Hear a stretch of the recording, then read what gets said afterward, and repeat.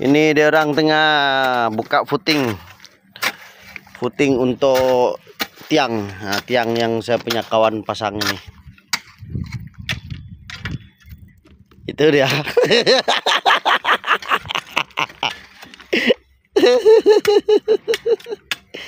Masuk testing. Tengoklah ini Jerry punya kerja. Nah, itu. Ada Kobe, jangan pakai tangan lagi. Oh, doh ngam-ngam. Hebat. Bagus. Kerja yang mantap. Hari yang tidak mantap. Nah, ini yang sudah siap, sudah selesai. Dia punya tepi sudah buka. Nah, sekarang dia buka yang sana. Ini satu dia lubang yang luas tapi tidak di center ke tiang. Sekarang Bram sudah gali buang tepi, lepas tu buang dalam dia lagi. Kan dia buang tepi, dia tanah semua masuk dalam. Tanah keluar balik untuk cukupkan di dalam dia. Ini pun sama, ini sudah set ikut dia punya tali, dia punya tiang cun tengah sana apa. Kebanyakan dia punya tiang tepi tanah. Dia punya lubang tepi tanah. Sekarang dia orang sudah buka macam ni. Itu pun kecil juga. Dia lain lubang lain tiang lah. Sini hujan lebat sini. Saya punya pikiran kan sekarang dia orang sudah dapat 1, 2, 3, 4 lubang. Tengok dia punya besar macam ni. Ini pun belum cukup luas juga untuk di tengah-tengah ini tiang. Macam mana esok kalau kan ini 4 lubang ini sudah ready. Nanti esok Alek punya pekerja, dia orang dapat diri 1, 2, 3, 4 tiang ni diri. Nanti Bram dia orang sana standby semen. Kan ini dia sudah setting tiang ini. Mana yang sudah siap, sudah ambil gambar, sudah cok apa semua, dia terus masuk semen sini. Tapi kalau boleh itu Kobe. Sementara dia kan masih kerja sini, dia boleh dari sini itu tanah dia kasih turun sikit, dia boleh naik turun sini masuk sini punya kawasan.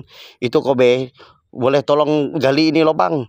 Dia gali ini lubang, kan ini lubang dia punya tepi banyak mau buang. Kalau pakai orang tengok banyak itu lagi ini tanah keras, mana mampu dia orang membuat laju. Kalau dia orang Bram dia orang mau gali memang makan masa. Nanti Alek punya orang pun tunggu juga lama. Lagipun itu bisi pun sudah standby sana juga sudah banyak. Nanti Kobe tolong gali 10 lubang ini lagi lah dari sini sampai sana. Nanti dia orang ikut belakang saja.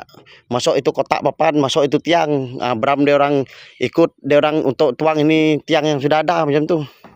Kalau dia orang masih gali pakai tangan, belum lagi banyak dapat. Saya tengok dia orang korek tadi, ini tanah keras lagi pun besar Ini lubang jauh dari position yang kita mau. Dia punya tepi besar mau ambil.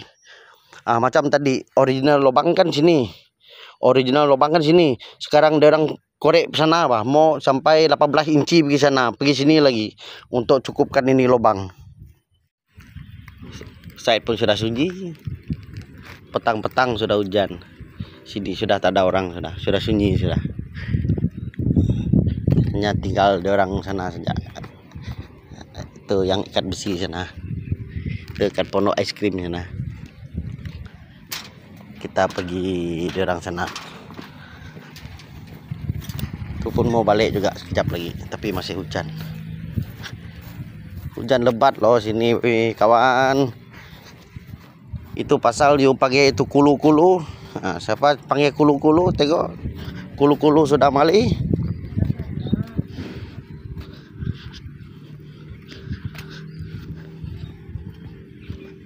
Letih kaki.